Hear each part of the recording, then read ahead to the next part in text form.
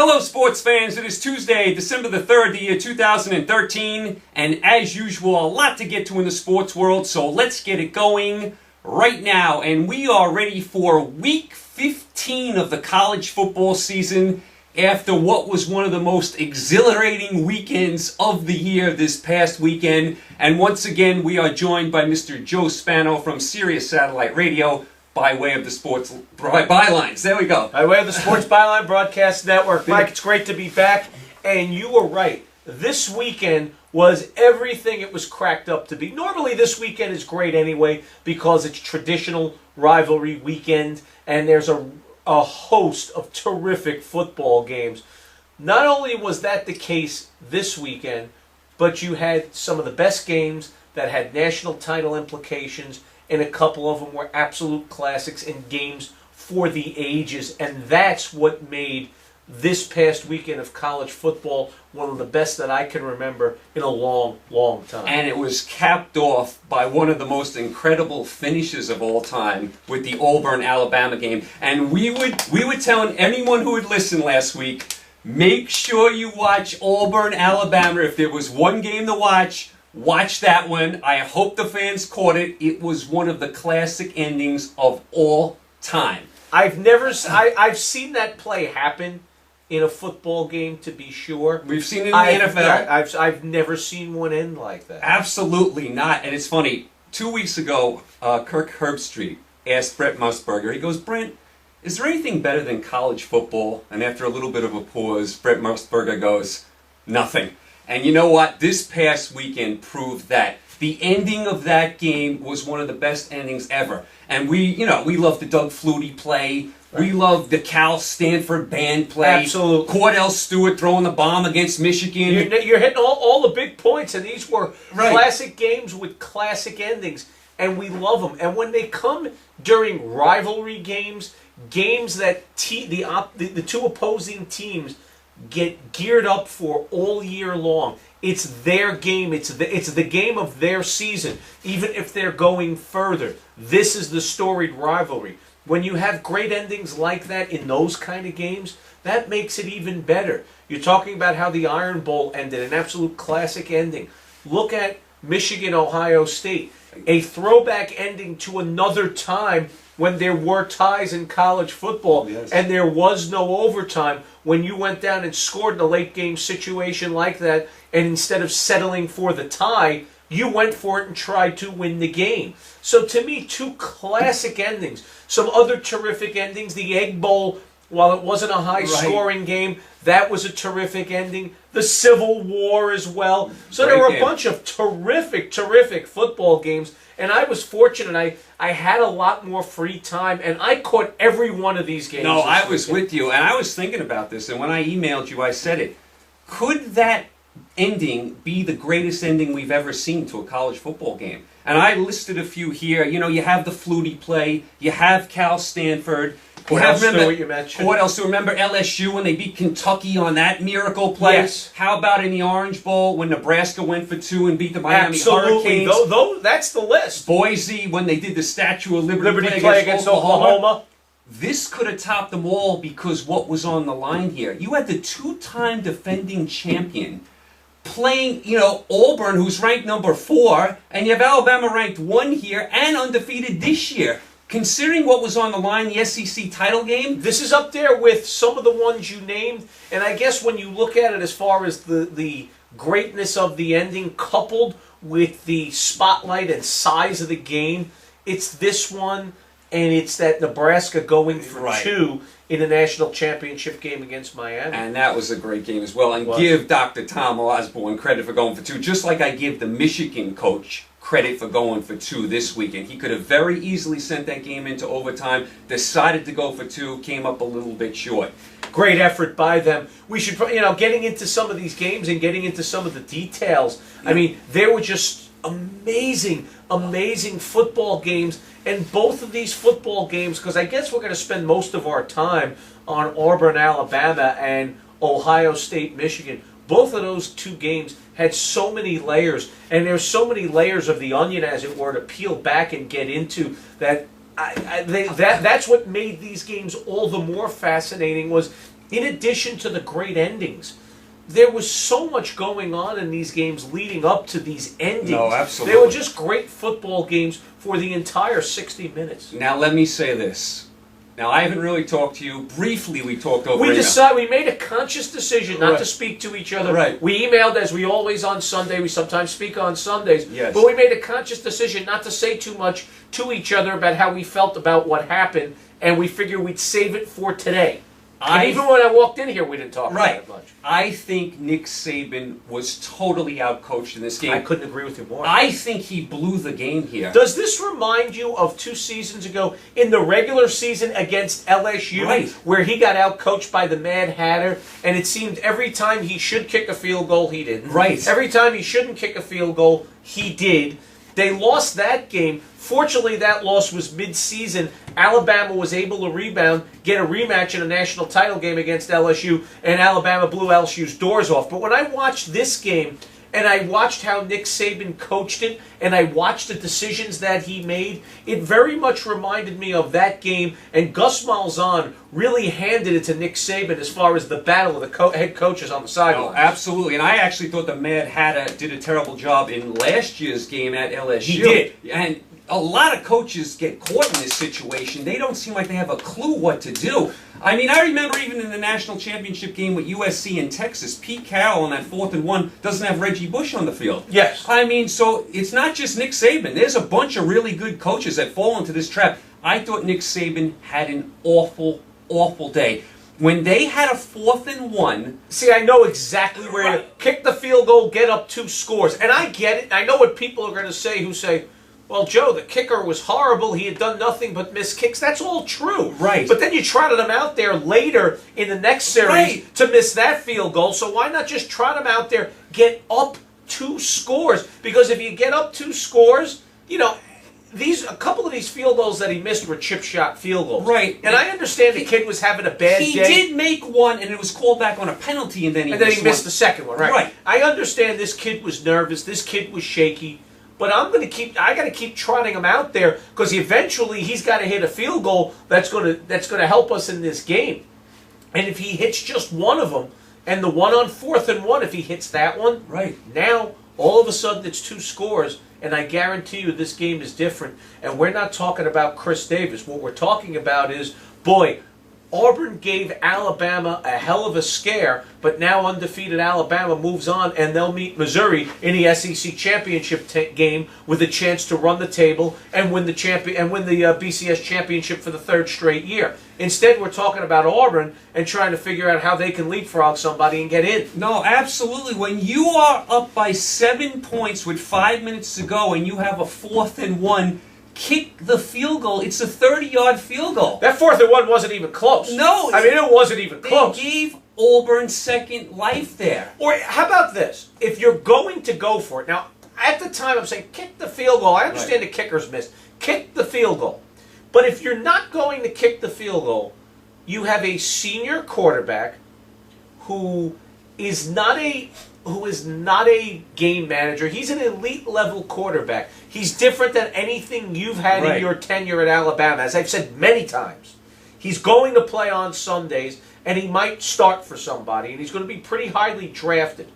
Wouldn't you put the ball in his hands and try and let him win the game? No, absolutely. So you don't let him win it there on 4th and 1, and you don't let him win it again very late in the game, and you settle for the 57-yard field goal with the 17-year-old kicker who kicks them in practice. Kicker this is number 2 didn't run out there. Right. This is the Iron Bowl. This is not practice. So the inconsistency with which he coached this game, where he went for it on 4th and 1, then he kicks the field goal the next series, then he settles for the 57-yarder instead of making an effort to take off bigger chunks of yardage and get it to be a more manageable field goal.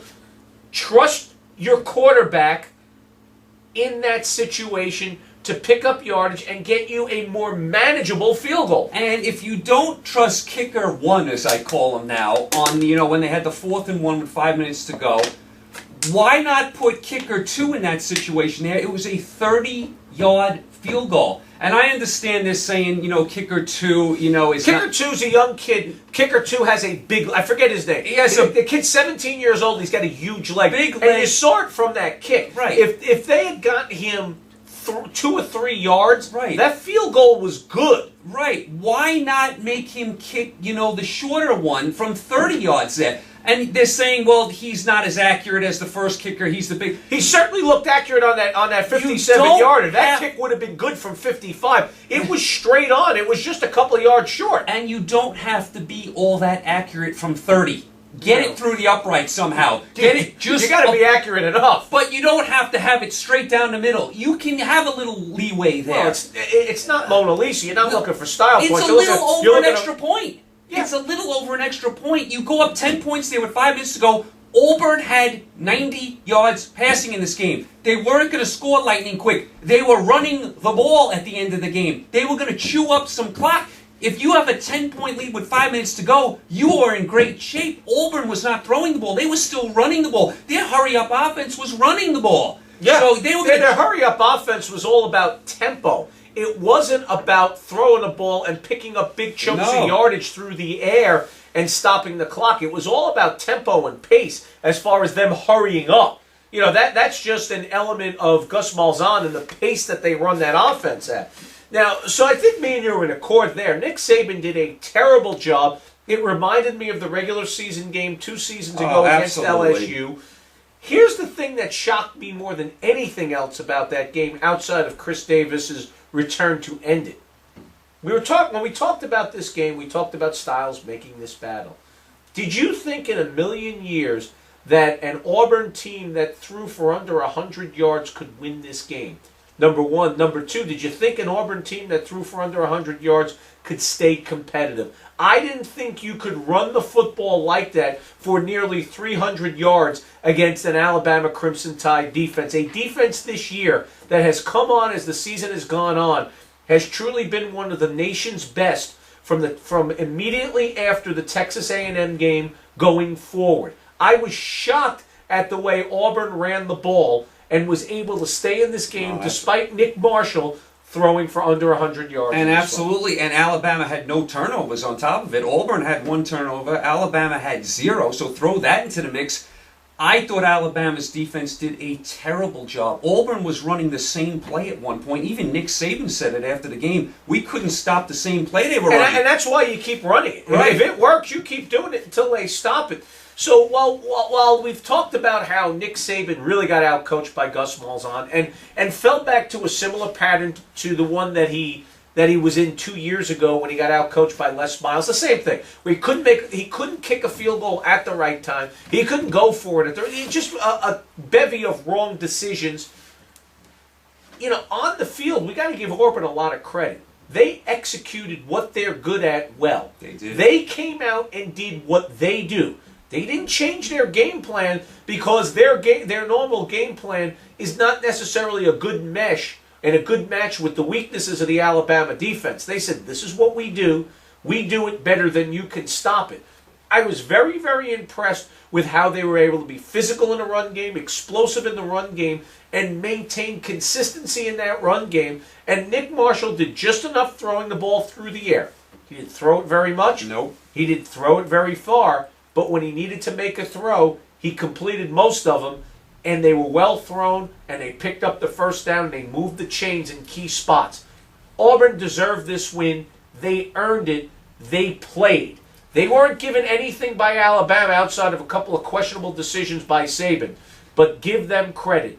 They went and played Auburn football, and it was enough to beat Alabama. Alabama, a lot of drop passes, a lot of mistakes, terrible on defense, didn't do a good job adjusting, Saban's coaching, and still, Alabama, the game was right there for them to win. It was right there. Let me take you through some of this. Sure. Auburn's up 7-0, and Alabama looks like they're in complete control up 21-7. At 21-7, I'm like, Alabama's going to win this game. Absolutely. I was out watching this.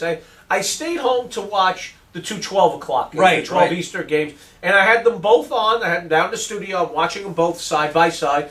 Before too long, Florida State took over, and that kind of went by the wayside, and I kind of put the Ohio State game. I had the Ohio State game on there as well, and then I kind of went at that point. Once the Florida State game went out of control, I went to the goal line channel of ESPN, and I watched the whip around coverage.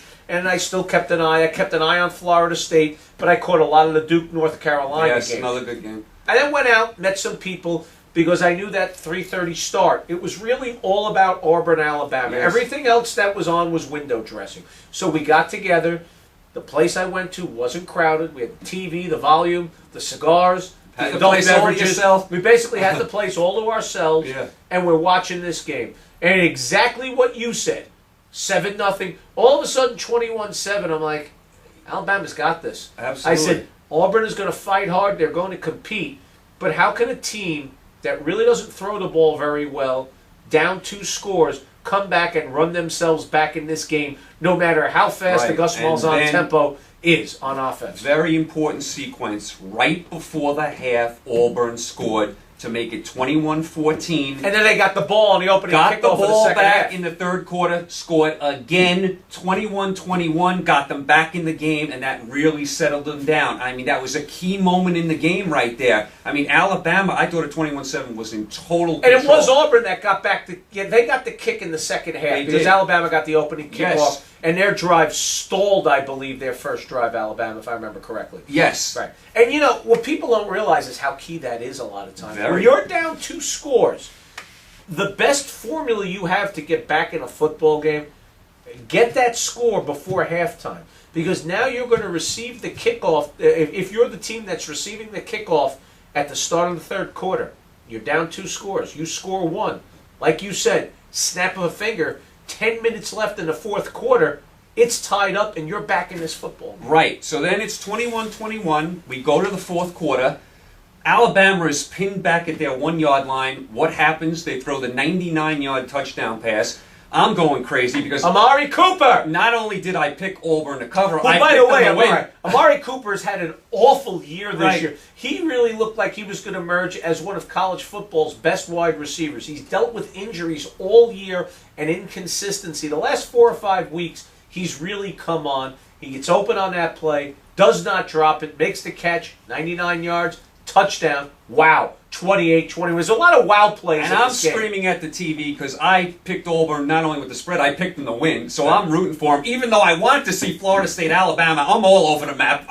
You don't know where to go. No, I don't. I wanted to see Florida State, Alabama because I still think they're the 2 best teams. But I picked Auburn to win, so I'm all over the map here. Look at how many wow moments we've already talked about in this game. So it's 28-21. First of all, I'm screaming again at the Auburn cornerbacks and safeties. That's the second time from the 1-yard line Alabama throws a deep pass and converts. Oh, I know. Not only does the Auburn safety get there late, he can't hit the guy out of bounds. He should at least knock the guy out of bounds. Took a bad angle on it. So it's 28-21 Alabama. You think, all right, they're in control again. Then I thought Auburn panicked a little bit. About 8 minutes left. I think they were at their own 35-yard line. They had a 4th and 1. They had all their timeouts left. They decided to go for it. They got stopped. I'm like, wow, they really panicked there a little bit. They're in their own territory. Only it's a 1-score game, 8 minutes left. And you have all your timeouts. They absolutely did panic. Right. Punt the football, play field position, lean on your defense, hope you're going to get the ball back from Alabama. Right, and then Alabama from there, they then have the 4th and 1. Right. Well, they basically went. They basically went 4 and out. Right. Is what happened. They kind of, that drive was kind of, their drive kind of bogged down. It's 4th and 1. They insist on going for it instead of kicking the chip shot field goal. Right. They miss it. It's still a 1-score game, just like that. Then they stop Auburn again. Auburn's got a punt from deep in their territory. This is the one you were talking about. Alabama gets the ball back and they try the 44-yard field goal. They won't try the 30-yard field goal. Why wouldn't you try the 30? I understand down in distance. Down in distance was different. It was 4th and I forget, but it wasn't a 4th and 1. It wasn't nearly as manageable. It was probably 4th and 10, 11, right. something like that. So I understand that. Down in distance is different. But again, if you're not going to try the 30-yarder, why are you trying this 40-plus? Right. You've got a Heisman Trophy candidate quarterback. Put the ball in his ends. Let him win you the game. Or if you absolutely want to play field position, the clock's your friend, right. Put the football. Down him inside the 10, make him go 90 yards. They're not throwing the ball. It's all about running the football. And it's still going to take him 6 minutes to get down the field, isn't it? And I keep going back to this point. If you don't trust kicker 1, why not have kicker 2 kick a 30-yard field goal? You raced him out there to kick a 57-yard field goal with no time left in the game to win the Iron Bowl. He can't kick a 30-yarder? He can kick a 57-yarder, but he can't kick a 30-yarder. Not that accurate. I mean, yeah, you don't have to be all that accurate to hit a 30-yard field goal. I think we could try you out there and you can give it a go. One thing I could never do was kick. Right. It was one of the things I could never do. Joe? Honestly, they had 2 kickers. Here's the realities. An extra point is 20 yards. Right. This Now, was 30. the worst kickers in college football on the 1A level, forget the NFL. Right. The worst kickers on the 1A level make 90+% of their extra points. This is a long extra point. I understand the kid's a freshman. It's the Iron Bowl. Like you said, you trusted him to hit the 57-yarder as time expires.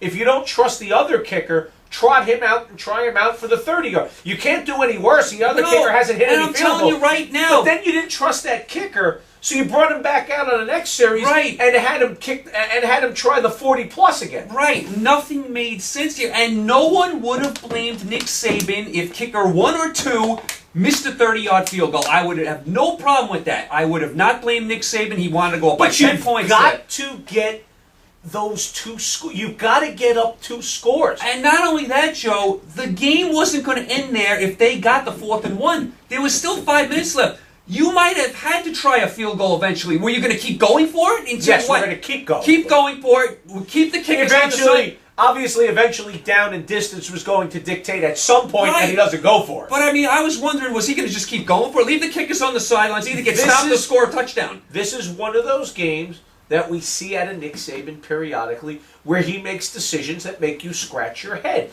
And everybody that remembers the first game of the century, Auburn LSU, 2 years ago in the regular season, understands this thought process of Nick Saban.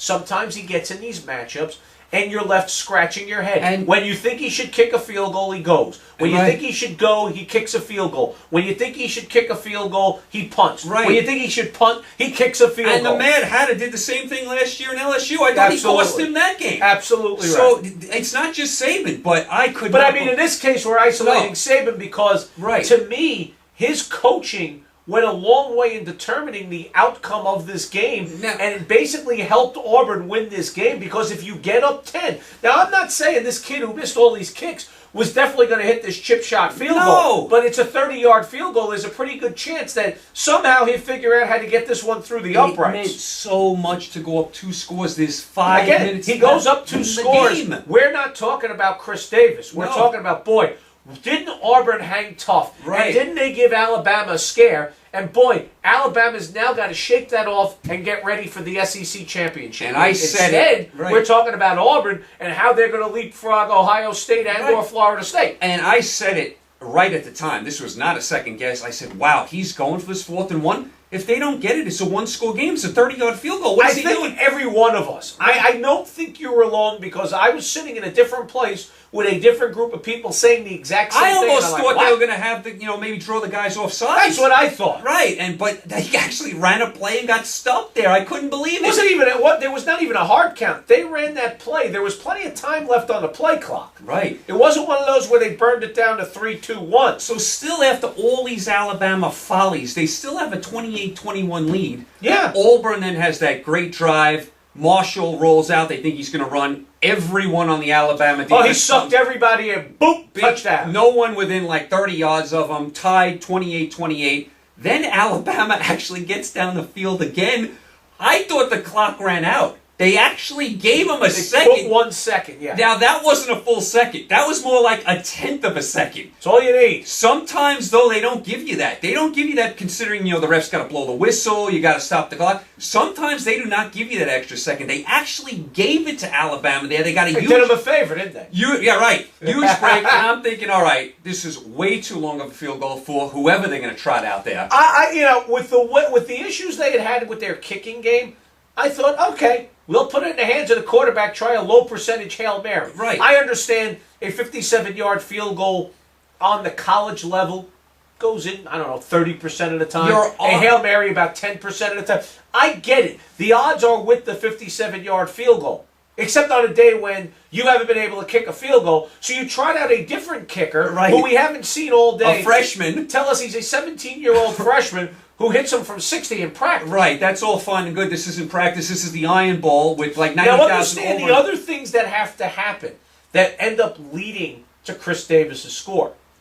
Now, because it's a 57-yard field goal and not a 30-yard chip shot, I have to make sure that I get 9 big uglies out there. Right. The reason for that is when you kick a long field goal, you have to knock it on more of a line drive to get that distance. Right. It's not one you say, I'm just going to get it up in the air and kick the field goal. Another reason I've got to drive this football, which means it's going to come off my foot low. Otherwise, and if I let the opposition get any penetration, it's going to be blocked. And what can happen with a football, because it's funny shaped, if it gets blocked, Auburn could pick it up, return it, and win the game. So you have all this risk. So you have 9 big uglies, a field goal kicker, and a holder. The ball goes 55 yards. Right. It's caught by Davis. None of those big uglies have any ability to stop Chris Davis, make that tackle, and he's gone. They call it 100 yards. It's about 108 yards later. See, when he was lining up for the 57-yard kick, I was thinking, I would not do this. It could get blocked. They could run it back. That was my first initial thought. It was going to get blocked and run back. I understood.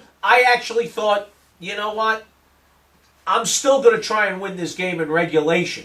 And you know the risks. I never thought it would turn out this way, but there are the risks of the block and I having to didn't come give back. him any chance to hit that field goal. I didn't think it was going to happen. Outdoors, on grass, a freshman kicker, I didn't see it happening. I thought they should have just thrown a Hail Mary. Now, some people have said McCarron can't throw 40 yards. Come on, he could throw 40 yards. If he can't, get the backup quarterback in there to throw a Hail Mary. McCarron can throw the ball 40 yards. I mean, as I said, he's got enough arm to play on Sundays. He can throw a pass 40 Some people He could have reached from there and gotten in the end zone without question. These are people who do not know college football and aren't watching, and they think he's some other Alabama quarterback. That's not AJ. So what you just said was true. Alabama runs out the big uglies, which works against them because you have no athletes on the field there to make a play. It was defensive linemen, offensive linemen, and the 2 wingmen were both, I believe one was a linebacker, one was an inside linebacker, and I think one was a fullback or a defensive lineman. Give Auburn credit for not only putting a guy back there, which was great thinking, they set up the wall really good. I watched the replay of that. As soon as that kick was kicked, they set up a return. They were looking for the return. This wasn't a helter-skelter return. No, they were organized there. And here's another thing. Another kudos to Gus Malzahn and his staff. They always say when you catch that ball there, run away from the opposing bench, because a natural reaction from the kicking team there is to drift to their sidelines. Like, oh, the kick's no good, or it is good. We're going to drift to our sidelines, which opens up that whole. And that's exactly what happened. That's exactly what happened. They kicked it. They were drifting. Auburn was setting up the wall there. Alabama. And you know, people took that as Alabama quitting on the play. If you've listened to a lot of media, they've talked about, boy, Alabama really didn't bust it on this, on this return. It wasn't that they didn't bust it. This is a great point, Mike. You've really hit on something that nobody else in the media has hit on. Oh, absolutely. Since game night or game afternoon. Right. It's that they didn't quit on it. It's one of those, it's instinctual. It is. The field goal's no good. Let's go back to the sideline, get ready for overtime. Meanwhile, that ball's caught and it's alive. Right. And the next thing you know, they were all towards their sideline. Right. And there's this alley for this return man to run down. Davis runs down that alley. These 290-pound guys aren't going to turn around and catch him. And the next thing you know, he was gone with a convoy to the end zone. And they did not quit. I saw the replay. They were trying to run after him. I thought at one point the Auburn guy was going to step out of bounds. He did not. Alabama was... But there was that initial drift that you talk about. But they didn't quit. They kind of drifted. That's different than quitting. They tried in vain to get back there. They just didn't have the athletes to do it. Right. once it all blew up, and I thought the Auburn guy was going to run out of bounds at first. I thought he was going to go right out of bounds.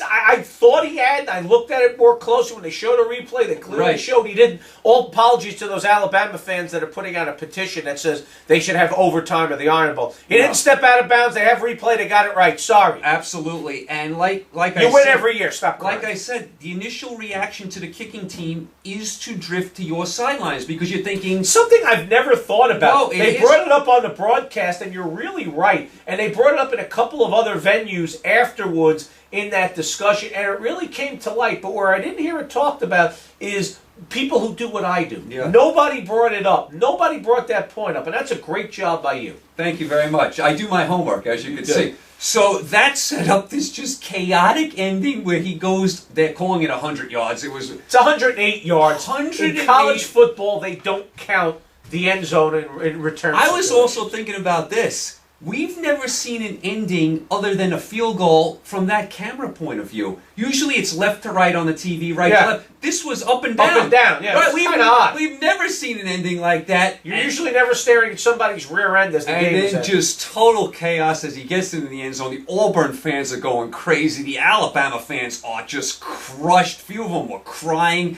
I mean, then you get that chaotic scene where they're rushing the field.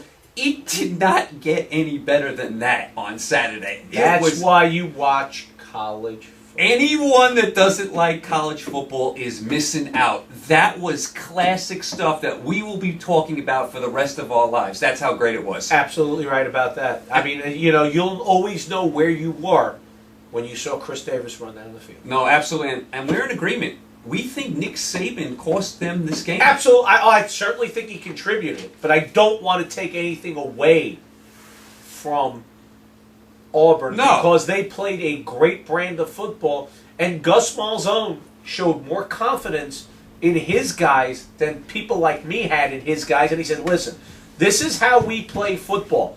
We can't turn Nick Marshall into Johnny Manziel. He's not going to throw for 300-plus yards in this game. Nick Marshall is what he is as a quarterback. My offense is what it is. When things start going, we'll take advantage and use tempo, but we're going to run the football. And they showed all of us that you can run the football on Alabama. I didn't think it was possible. And how about Auburn back-to-back games pulling off back-to-back miracles? Remember, they just came off the Georgia miracle where they threw the Hail Mary. Right. They were off leading up to the Iron Bowl. They didn't have the... Back-to-back games, not back-to-back weeks. Right. Well, I'm saying, unlike Alabama, who had Chattanooga, Auburn was off leading up to the Iron Bowl. They had the week off. But back-to-back games they pull off. I mean, just unbelievable. I mean, I still think Alabama is the second best team in the country, but they're going to need Florida State. Yeah, you could say they're the best team in the country, but the bottom line is there are two teams in front of them that have not lost, and there's a team in front of them now that beat them that also has one loss. So, you know, you may think you're the best, you may be the best, you may be the second best. There's a very slim, microscopic chance that you're going to play in this game to get a chance to prove it. Absolutely. Let's touch on some of the other games real quick from the weekend because there was so many games. Did we do anything real quick? That's true. No, nothing. Northern Illinois stayed undefeated. One of the Northern Illinois fans that I talked to said Fresno State did not. They did not. Fresno State lost to San Jose State. I mean, San Jose. It was a shootout. It was an arena football game. I mean, both quarterbacks threw for like over 500 yards, but I guess that takes the Fresno State quarterback out of any Heisman consideration. I didn't have him in it, but he might get drafted pretty early in the NFL draft. And by the way, the Fresno State quarterback, it's David Carr's younger brother. Yes, absolutely. Now, one of my Northern Illinois fans was saying... By the way, their quarterback should be a candidate for that. That's where I was going. We were looking for candidates for the Heisman Northern Trophy last Illinois week. quarterback. Obviously, Jameis Winston, because of the legal woes, it's an issue. You have Andre Williams, the running back out of Boston College. Who got hurt last week, but I think he will... He's going to play in the bowl game. Right. He said that. Right. You know, there's a guy who's rushed for over 2,000 yards. While they haven't been a top 25 team, they are going to a bowl. Absolutely. There's a guy you got to look at. The Northern Illinois quarterback has had a terrific year, throwing for well over 2,000 yards, throwing for 20-plus touchdowns, mid-60s percentage in his completion percentage. Made a lot of very nice throws. And they're undefeated. Yes, they're undefeated. and he's run for about 1,500 yards and about 20-something touchdowns. Maybe you put him in place of Carr. Maybe because Carr lost, you put the Northern Illinois quarterback in. I don't know that he can win it. He certainly I don't think he certainly deserves a trip to New York. To me, I think this is Winston's trophy. And I don't love the Heisman, but I think Winston is a shoo-in. But, of course, we have these legal issues. I mean, well, that keeps him from being a shoo-in. Right. I'm talking about on the field. I mean, on the field, it's a no-brainer. Right, exactly. It's Jameis Winston, and everybody else follows behind. And they keep pushing back this date for this announcement of when they're going to announce something. And now they're saying, maybe... Well, they want to make sure they get clear of the ACC championship game. This is justice in Tallahassee at its finest. Right. They also probably want to hold off the decision until after the Heisman balloting, hoping that it won't affect him. Because I don't know which way this investigation is going. No, and I'll tell you what. If he's out of the game, I think it really kills it. I think Ohio State can win that game. Imagine if Ohio State ends up winning this title. And make no mistake about it, you take Winston or Florida State... I think different football. I think Ohio State can win. I think they're the favorite. And Ohio State, but I didn't think they were in the... It's not the NFL. They can't trade for one of Ohio State's two quarterbacks. Imagine if Ohio State... I mean, they barely beat Michigan here. Say they play Florida State without Winston, they could end up winning this thing. And I don't think they're the top two teams. I think Florida State's better than them. I think Alabama's better than them. I mean, they could... And then Auburn might be better than them. Right. There's a lot of people out there making that case. Should a one-loss SEC team jump an undefeated Florida State or Ohio State? I don't think you could jump them, but they always point to the gauntlet that is the SEC. Now, this year, if there's a case for a one-loss team, right, it's Auburn. Because when you look at their strength of schedule, it's in the 20s. But typically, everybody says, well, it's an SEC team. Right. Their one loss is equal to a no loss. Right. Most years, that particular SEC team that manages to escape with one loss, their strength of schedule is not the gauntlet that some other teams in the SEC schedule is. Right. If you look back in years past and you look at some of, like as an example, you look this year, Alabama's strength of schedule is in the 40s. Right. Yeah. You say SEC team, it must be a killer schedule. The killer schedules in the SEC usually are the teams that have been picked off 2 or 3 times. Right. Texas A&M's had a killer schedule. LSU schedules in the 20s. Right. And teams like that. So right away when you say SEC, just because they're in the SEC doesn't mean they've played all the heavy hitters in the SEC, and that schedule is that much better than, say, a Florida State or an Ohio State that would make it worthy for them to actually eclipse an undefeated team. I think Florida State and Ohio State will make the game if they're undefeated. I do too. I do. I don't. But I hear a lot of people making the case, and I just don't think in most years that case holds any water.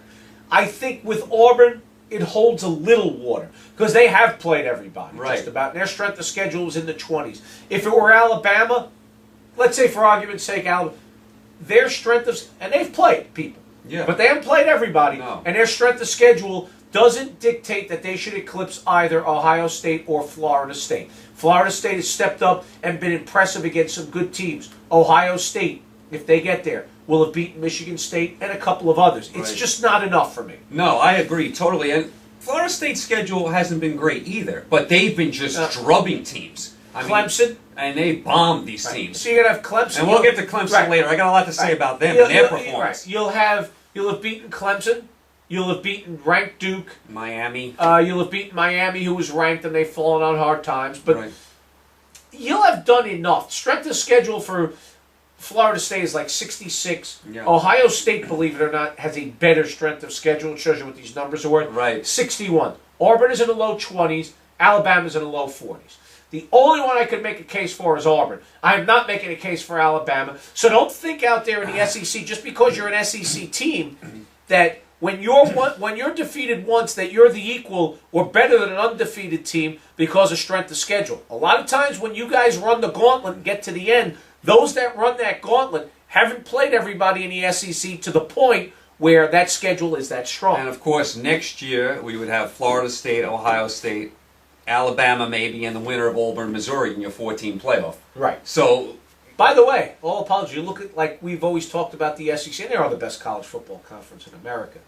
But the Pac-12 is making some great strides on them. Yes. And if you go look at those strength of schedule numbers, a lot of those single-digit numbers They're all Pac-12 teams. No, absolutely. Take a look at it. See, I love the SEC. Number one strength of schedule in the country is UCLA. Because I love the venues in the SEC. They are some of the hardest snake pits to play in. I don't know if you could say that about all the Pac-12 schools. Yeah, it's coming. It's coming. They're way behind. They've had an influx of cash. Their commissioner's done a real good job in getting that conference out there. They're playing a great brand of football. They're all spending a lot of money on their venues. They're catching up. In about 5 years, they're going to be neck and neck, nose and nose with the SEC. There you go. All right, a couple more games to touch on. You mentioned the Egg Bowl before. Mississippi in overtime loses by 7. The quarterback is going in for a tying touchdown. Fumbles the ball. Mississippi State picks it up in the end zone. Game over right there. Mississippi State's defense is pretty good. They are. They can't score, but... Well, they're having quarterback issues the back end of the year with some injuries. Next year... Dan Mullen will have himself a pretty good team. He's recruited well down there in Starksville. Watch out for Mississippi State in the SEC next year. Ole Miss, another year of maturity under Hugh Freeze, another top 15 recruiting class thus far. Watch out for Ole Miss. The two Mississippi teams are going to record themselves very well next year in the SEC. Good win for Mississippi State. You get 15 extra practices. You go to a bowl. That'll help these two young teams who are both going to bowls. Those extra 15 practices and that bowl game. Watch out for both of these teams. There you go. Virginia Tech beat Virginia in a snoozer. That was kind of one of the sleepiest I games. didn't even look at this game other than when it came up on the whip around coverage. Right, that was kind of a snoozer. LSU barely beat Arkansas. Needed the backup quarterback to do it after Mettenberg got hurt. Didn't look good at all. They looked like they had a Thanksgiving Day hangover. I mean, LSU did not look good at all. They've all had a couple of those. Right, they looked like they were completely hungover. Like you said, they took a couple of injuries in this game too, but they did manage to pull it out. Arkansas just had a miserable season this year. Washington handled the Apple Cup. Washington handled Washington State by 10. Wasn't a complete blowout. You know, kind of just what we expected. I mean, Washington winning, maybe not covering the spread. And now they lose their coach. Right. Who heads down I-5 right. to USC, and he takes over. And I told you Coach O wasn't going to get that job. Well, once Coach O lost to UCLA, and they got I told everybody he wasn't going to get the job. UCLA beat them up that night. And did you notice my guy got a big contract because USC came knocking on his door. Right, so Texas A&M didn't want to lose him. Right. So Kevin Sumlin gets the huge deal. Because all you got to do if you don't want to leave someplace, talk to people anyway. Right. You get yourself a big contract. Kevin Sumlin got himself a huge contract to stay at A&M for now until the Texas job opens. Right. Watch out for that. And Chris Peterson, the Boise State head coach, who doesn't mind being the king of the castle, big fish in a small pond. I'll talk to USC. I got no intention of leaving, but I'll get myself a raise. So the Boise State coach stays put, Texas A&M stays put, TCU coach stays put. Gary Patterson wasn't even a candidate for the job. They also mentioned the Vanderbilt coach, I believe, was in the running. James Franklin, good coach. Jack Del Rio, I wasn't too high on him. But once Coach O lost to his arch rival UCLA, and UCLA beat them up that night, physically dominated them, you knew Coach O wasn't getting the job. You cannot lose to your rival. I was banking on him winning that game because then it would have been an interesting decision. A lot of pressure would have been on. Well, they bring in the USC guy. Right. They bring in the guy with the USC roots, the guy who's had the success at the head coaching, as a head coach in the conference. Wasn't great at Washington. No, did but a nice job. He rescued them from... They were a doormat within the conference. Right. He went there. They had a couple of they had the bad first year run. I think they won 5 And games. they were redoing their facilities at the time while he was there, too. Then they had the 2 7-win seasons. This year, the 8-win season. The progress was incremental. Got the quarterback now, too. And this is his last game. The bowl game was his last game. They're going to have a new quarterback. Right. A freshman recruit who's real upset that Sark left. Yeah. But it's been incremental, slow progress, and some in Seattle were a little disappointed, feeling that this program should have gotten to the next level, and it's not there yet. No. So, you certainly, if you're USC, you didn't hit a home run. Pat Hayden got a guy he wanted, USC roots, established, quality, successful head college football coach, but I don't see this as a home run. No, I don't Kevin either. Sumlin would have been a home run. Nick Saban would have been a home run. Right. I don't know. There's a couple of others that could have gone there and been home runs. Right. Sark's not a home run. No. He's a solid double. Coach O has that reputation for the short temper and the hair-triggered temper. He quickly got out of there too, by the way. He resigned. He said it was, he initially expressed he had some real strong words, thought it was a disgrace. That's why he may have a tough time getting a head coaching job somewhere else. His temper and his lack of success at Ole Miss will precede him. Once he lost to UCLA, I didn't think he was going to get the job. See, I was counting on that win because then that would have put a lot of pressure on the athletic director. You beat your rival, won 6 in a row, everyone's giddy about you. Once he lost that game, it all went flat again. That's when the athletic director jumped right in, made the decision, and no one's going to squawk about it too much. So that was the right time for the athletic director to act, I thought. He went right in there right after they got bombed by UCLA, and so he doesn't take a lot of grief for it. They just got trounced by UCLA. Never like to lose to your rival. Never. Absolutely. So I agree with you. So, once Coach O didn't win that game, I thought he was doomed. And somebody will hire him as a head coach. Yeah, absolutely. Off of this, everybody knows he can recruit. The question was, how will you do on Saturday? His in-game work improved drastically this year. He's going to get an opportunity to be a head coach somewhere. Where, I don't know, but he'll get it. He'll get it this offseason. And it was no disgrace losing to UCLA. UCLA played that game like they played the beginning of the year. Absolutely, I agree with you wholeheartedly. Up USC. I agree with you wholeheartedly. All right, over to the Civil War where Oregon beat Oregon State 36-35. That was a great game on Friday night. A tremendous game. I was ready to kill Oregon if they lost this game. They managed to pull it out. Oregon being not as good as we thought they were going to be actually made this game better because by the way, because I made that appointment viewing on a Friday night. Right. It was a great, very exciting game. The crowd game. was really into it. I really enjoyed this football. And game. I think it was a great game because Oregon's not as good as we thought. If they were that good, they would have blown Oregon State out. Because both of these teams were on slides. Oregon State particularly on a noticeable slide. Yeah, but as well as Oregon. That I kind of could expect. I didn't think Oregon would be this unimpressive. Terrific game. Oh, great Terrific game. I don't look forward to much from Oregon in their bowl because they had such lofty expectations. And that's something when we get into the bowl specials.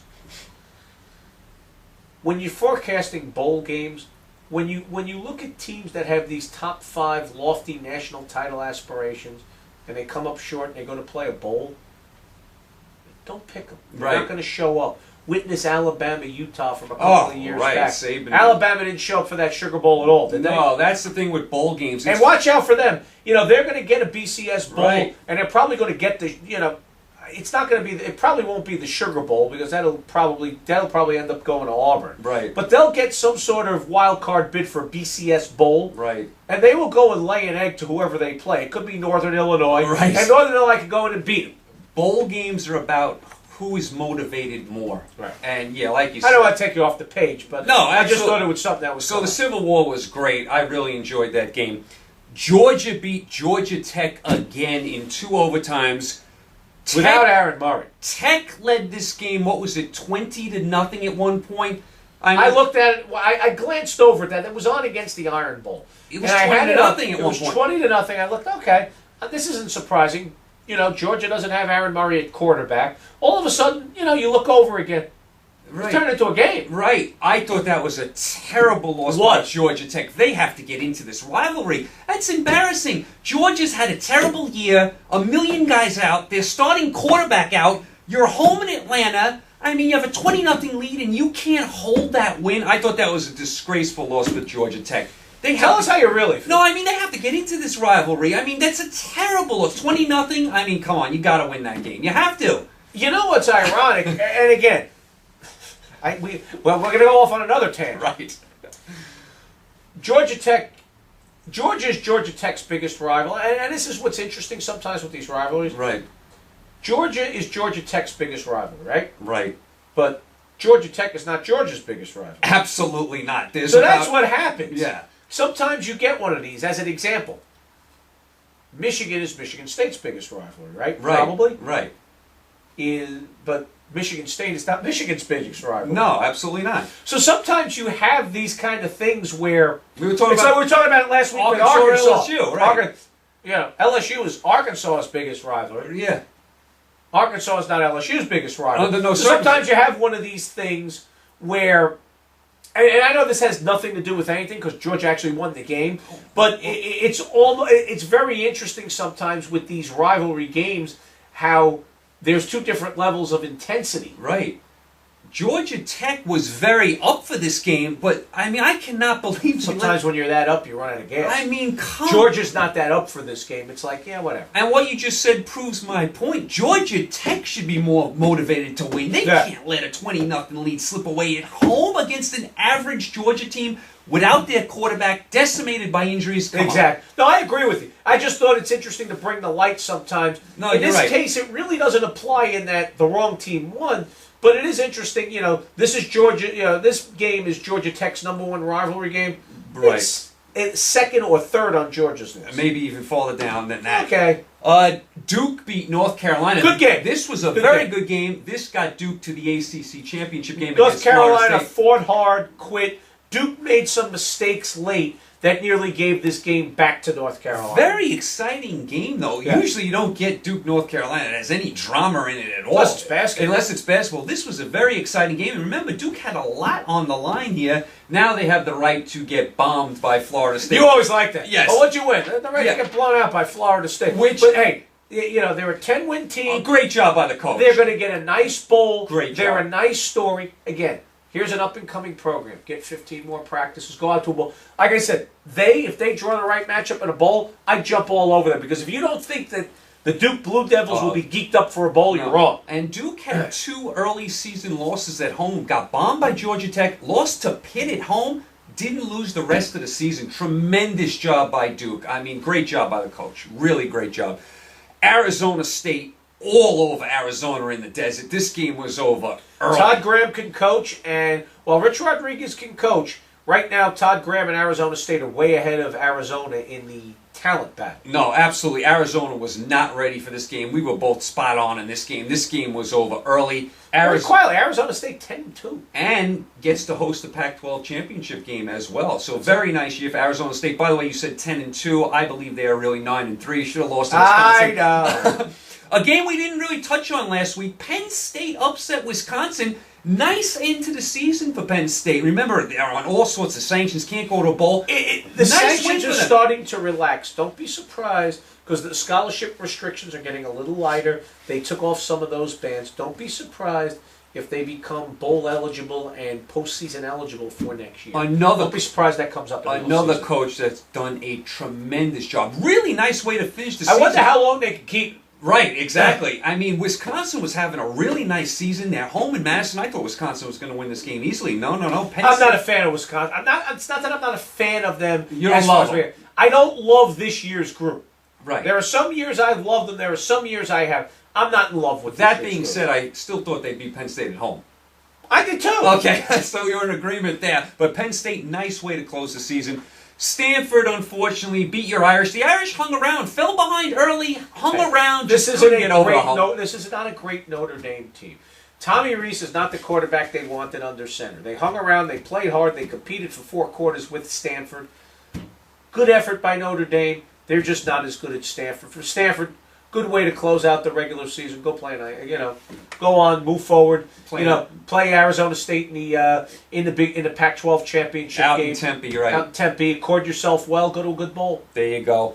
Win and go to the Rose Bowl, basically. Florida State, after a slow start, it took them a while to heat up. This was a game. You're watching this game, and I got to say something. Florida came out, tried hard. They did. They just don't have. I mean, that offense is. Their offense, you see the offensive coordinator was fired. Yeah, Brett Peace was fired. Offensive line coach as well. Someone had to be thrown to the alligators. If they're going to keep the coach, someone had to go. Well, basically, if you want to know what's wrong with that offense this year as far as lack of weapons, just take a look at the quarterback. They're on their third quarterback. Morning Wood's kid. I think he completed 75% of his passes. He threw close to 20 passes. He had under 100 yards passing. Right. They would not try and make a play. They didn't have weapons. Once Trey Burton got hurt on the one big run, they had zero chance of doing anything. They couldn't score. Their defense hung tough. After a while, when your offense keeps going 3 and out against an offense like Florida State's, Florida's not going to be able to hang in there defensively. It was all Florida State after the first quarter. Florida State runs away and hides. It was just a matter of time before that happened. Florida, they tried, but it just was not happening. They did try, and they were up for this game, and they were ready. But that's all they had to give this year with all the injuries and some of the other issues. I look forward to the day Florida is back in this game, healthy and, able to compete, because I love this game. Very hard for me to even get into it this year. So Florida State rolls there. Missouri beat Texas A&M in a very nice game, scored late, won the game, crowd stormed the field in that game. Good effort. Good atmosphere in Missouri, too. And good effort by Missouri. Keep winning, get to the SEC championship game. Now, again, they're another one of these teams that's an SEC team, and they get that SEC respect. They haven't played a killer schedule. No, they haven't. They haven't played the really big teams. And the one really good team they played, South Carolina, they lost to after being up big. Right, like they haven't played Alabama. They will play Auburn. Didn't play LSU. No, So they played more of the it. bottom of the Right. SEC. But, SEC team, they should get some love. Right. Honestly, when you look at this one-loss team, and you start looking at all these one-loss teams, outside of Auburn, strong schedule. Right. Look at what they did. Outside of Auburn, I can make a case that the next best one is Oklahoma State. No, right, absolutely. Outside of a bad loss to West Virginia in September when you couldn't figure out who your quarterback was, who's playing better football than them? No. If they beat Oklahoma in Bedlam, look at what they've done coming down the stretch of this season. Who's playing better football than them? And make no mistake about it. Ohio State beats Michigan State. They are going to the national title game. Everyone can scream from here to high I just thought I'd throw that in. No, it's Ohio State's going to be in the game. They are going to be in the game. So is Florida State. That's what we're looking at. Now, I think Ohio State could have trouble with Michigan State, although I do think they will squeak by, but we'll get to that later. All right, so that was the Missouri game. South Carolina, for the 5th straight year, beats Clemson. All right, I got a few things to say about Clemson. I told you South Carolina would. Now I sound like I'm making waffles at the Waffle House as I've gone back and forth. But when we talked about this game last week, the thought process was, boy, Clemson has not played good football since getting blown out by Florida State. Right. Uncreative on offense. They've had all kinds of issues, and quite honestly, South Carolina had their 2 hiccups that they have every year that keep them from being a national title contender or anything more than a bottom of the top 10 team. But they've played good football. They've dealt with some injuries and adversity. So coming into this game, I like the way South Carolina was playing a heck of a lot better than I like the way Clemson was playing. And once again, it shows in the Palmetto State battle. Clemson had 6 turnovers. There you go. 6 turnovers. Clemson is another soft, gutless team like Oregon. They have become a one-trick pony. They're all offense, no defense. You're going to get nasty emails and gifts. They're all offense, no defense, and all finesse, and no. I love you, Clemson. And no fighting Dabos. No toughness at all. When things start to go against them, they show no heart. Look at the game against Florida State in their own building. Sound like you're going to get the hate mail out instead of me. I always get all the hate mail. I'm sorry. This is 5 years in a row you lost to South Carolina. You have 6 South Carolina's a nice program. 6 turnovers is unacceptable. You look like a soft finesse team, a one-trick pony. I like the Clemson coach. I like what he's done with the program. You have to now start getting tougher. Got to start getting better on defense, or else you're never going to get to that upper echelon where you want to be. You're a nice team. You're a good team. You want to get to the national title, like Oregon. Got to get tougher. Got to get better on defense. How can I argue with you? You can't. Everything I can't. I really can't. And address that hate mail to Mikey G. Right, and you feel free to send it to. And don't send them anything that's ticking. We do like them. And Clemson is on my bucket list, and I usually like Clemson. I picked them here. But after you said that, I don't know if we can go there anymore. It's true. But I mean, could they? Don't let him. I could touch the rock. He can't touch the rock. Could they have played a worse game? No, 6 turnovers in the game. I mean, they were in it. 17 at one point. And as bad as they were playing, they were still tied at one point. I thought they played an atrocious game. Steve Spurrier said it best after the game. It seems every time Clemson plays us, they just don't play well. Absolutely. He summed it up. They don't play well. South Carolina may own the Palmetto State, but they don't own the SEC. Sorry, guys. There you Once go. again, you won the battle of Palmetto State. Now, I'm going to get you off the hook. And they're in the top 10. Right. You're at the bottom of the top 10.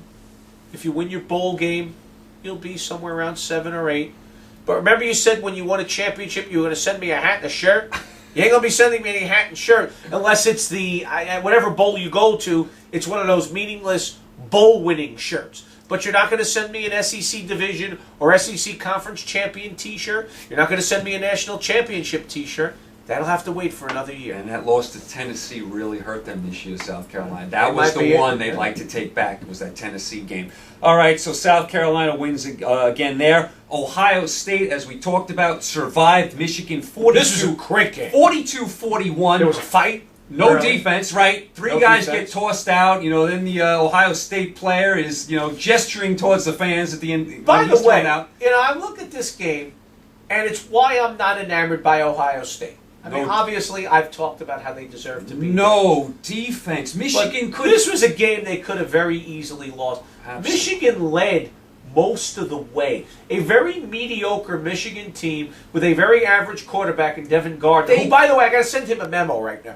If you think it's a good idea to go pro, because he's talking about going pro. Absolutely not. I mean, finish your studies because you're not an NFL quarterback. And Joe, let me jump in here. Michigan did not move the ball against anyone for about 6 weeks. They moved the ball at will against Ohio State. There were no defenses in this game. Ohio State's offense is great. I love the back. I love the quarterback. They can score against anyone. I like Meyer. He has You can't not like Carlos Hyde. You want to talk about a guy I who's love going that name too. You want to talk about a guy who's going to play on Sundays and play well? He's is Carlos big bruising fast, back, physical. He has every attribute you want in a running back. But Joe, that defense. I mean, Michigan moved the ball at will. If Winston and really should have won this game, and I'll tell you why. Absolutely. They had such control of it early, and they really, and Ohio State was digging out all afternoon long, and Michigan really let Ohio State take the lead back. Right. Then they had to battle back, and the rest is kind of history. But I was not. It was a great game. It was entertaining. I was impressed by the Ohio State offense. But I am not enamored with Ohio State. No. While they deserve to be in the BCS championship game, I can make a case that any other team in the top 5 can beat them handily. And let me, first of all, great job by the Michigan coach going for 2. That was a gutsy move. Give him credit. If Winston, You just didn't want to sit through overtime because you didn't want your attention split between that and the Alabama game. No, I you. could have lived with it, but I thought it was a gutsy call at that point. If Winston plays for Florida Stupid State call. and Florida State plays Ohio State, Florida State will eat Ohio State alive. And I get why he goes for 2 there. He's watched the momentum of the game kind of change, and I guess I know they have kicker issues too. Witness the Penn State game. Right. They have kicker issues as well. I guess he didn't want to get in, and I believe they had kicker issues, and their kicker was hurt in this game. Right. Yeah. So they didn't want to go to overtime and have to kick a field goal. So I understand why they did it. He also said he was worried that his team couldn't stop Ohio State at all. I couldn't. Right, that's what he said. So Ohio State escapes. Very lucky, but we're in agreement. If they beat Michigan State, they're going to go to the title game, and I personally think Florida State's going to just drop them. It'll be over at halftime. Unless Winston doesn't play, then Ohio State. Then Ohio State will drop. They can actually. Then win Ohio this State will game. drop Florida State. Unbelievable. So Ohio State survives this game. UCLA manhandled USC. They look like they did when we were talking about how good this team was and how many guys they were going to have drafted the first half of the first round of the NFL draft. That's the team that they looked like Saturday night against USC. They looked terrific. They played great ball. Brett Hundley looked good. Yeah. All of those They things. had a lot of injuries, but they beat up USC physically on the lines, and they just really right now, manhandled at them. least for a short time, it seems they'll own Los Angeles. And I really thought USC had all the momentum coming into this game, and I thought they were going to win. No. UCLA manhandled them. Almost looked like to me that USC had run out of gas after all the emotion of this past year. And unlike you, who never runs out of gas, Right. they ran out of gas. Changing coaches. It seemed Gotcha like they kind of ran out of gas a little bit. UCLA manhandled them. I watched most of this game. They really did a number on Well, USC. I have to say, I really watched just about everything. There was very little I didn't see Right. over this weekend. too, yeah. From Thursday, from the Egg Bowl to Friday. I had the Egg Bowl on. I had the NFL. Pittsburgh-Baltimore game on. Mike Tomlin trying to trip. Yeah, exactly. Right, smile. There you go. And they missed a 2-pointer. Well, don't be surprised if he draws a 6-figure fine. Oh, definitely. Possibly a suspension. And don't be surprised if they're asked to forfeit a draft pick. Unbelievable. So there was some. By the way, Jacoby Jones should have just ran his ass over. Right, exactly. So some great games. The same thing when we do NFL talk. Right, great games over the weekend. Absolutely. Just it's bittersweet to me. How long you been waiting for that weekend? Oh, all year. Did it give you your money's worth? Oh, it did. I mean, I spent 2.5 solid days watching college football. Right. Like I said, Thursday night, it was, just me in the studio with the games on. Right. Friday, I watched LSU Arkansas. I watched the Civil War. I watched every play of the Civil War. That game was very great. exciting game. It was. And then Saturday, need I say more? I was going from noon till 11:30. And I'll tell you, Joe, it's kind of bittersweet. I love that week so much, and you have a great week. It's another year till we get that again. And the bowls don't do that for me like that weekend does. Now, maybe next year with the Final Four, I will get into it more. The national championship games, to me, as you said, more hype than substance. Well, it's a lot of times it's like the Super Bowl. Right. Usually you don't get a great game. Every now and then you will, but most of the time you don't. This coming weekend, this week 15, right, is going to give us a lot of that. We will eventually get to. There aren't a ton of games. Few games, yeah. But there's a few games that are going to give you a lot of what we had this, or we hope it gives us a lot of what we had this past weekend. Because not only did you have hype this past weekend with all those rivalry games, what we also had was some brilliant football. No, absolutely. It was just a classic weekend. The potential is there for some real brilliant football this week. There's a natural rivalry or two sprinkled in, but some real top-flight matchups that I'm excited to watch this weekend. So let's get to Week 15 finally. As usual, right on schedule. Right, as we went around the world, we finally get... Hey, you know something? Like, there was no way in the world you come out of a college football weekend like the one we had and not give people our take on it. Because we'd be doing them. If you're listening to and watching this, and we don't recap all that action and give you our thoughts on what transpired, we're doing you a disservice. No, absolutely. What was I thinking? There was no way we were going to do this quickly. So without further ado, we are ready for Week 15 of the college football season. Before we get to the championship games, we'll a quick one next week. It's Army-Navy. It won't take us long. Right, Army-Navy, exactly. Let's get to one of the rivalry games that they pushed to this week that is not one of the championship games. Right. Because the Big 12 doesn't have a championship game, they kind of moved their schedule into this week. Because the Big 12 has 10 teams and the Big 10 has 12 teams. Right, exactly. Let's go to explain that to me. To the Bedlam series, which is a great series. This is a great match. They don't talk about it as much as they talk about a lot of other rivalry matchups, but it's on a par with many. The funny thing, before all the conference realignment, this was Oklahoma State's biggest rivalry, right? But it wasn't OU's biggest rivalry. It was. It's still not really because of Red River, right? But at one point, this was OU's third biggest rivalry, absolutely, behind Red River and OU Nebraska. No, absolutely. But this was the game Oak State pointed towards all year. Absolutely. Let me give you a few stats on this game. Oklahoma State at home, number 6. 10.5 point favorite over number 17 Oklahoma, who's 9-2. I have not been impressed with Oklahoma at all this year. Oklahoma leads this rivalry, and I had to take a double check at these numbers.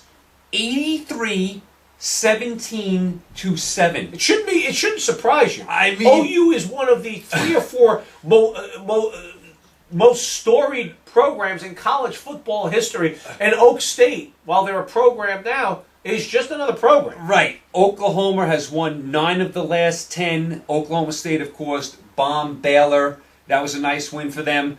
Oklahoma has changed quarterbacks. The new quarterback did look good against Kansas State. I believe his name is... The new quarterback is the original Well, you know what I meant. Yeah, they keep going back and forth. He did look good in his last game. His name is Knight. You're correct. I still don't trust him. I don't trust Oklahoma. I don't trust Stoops in a big game anymore.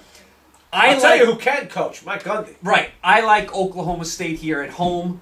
I think they lay it on Oklahoma. I'm not impressed with Oklahoma at all. I have not been for some time now. They lost to Texas this year. I haven't gotten over that. Oklahoma State. I haven't gotten over it. I haven't gotten over it. Oklahoma State, big this week in Bedlam. Hard to argue with you. I think Oklahoma's.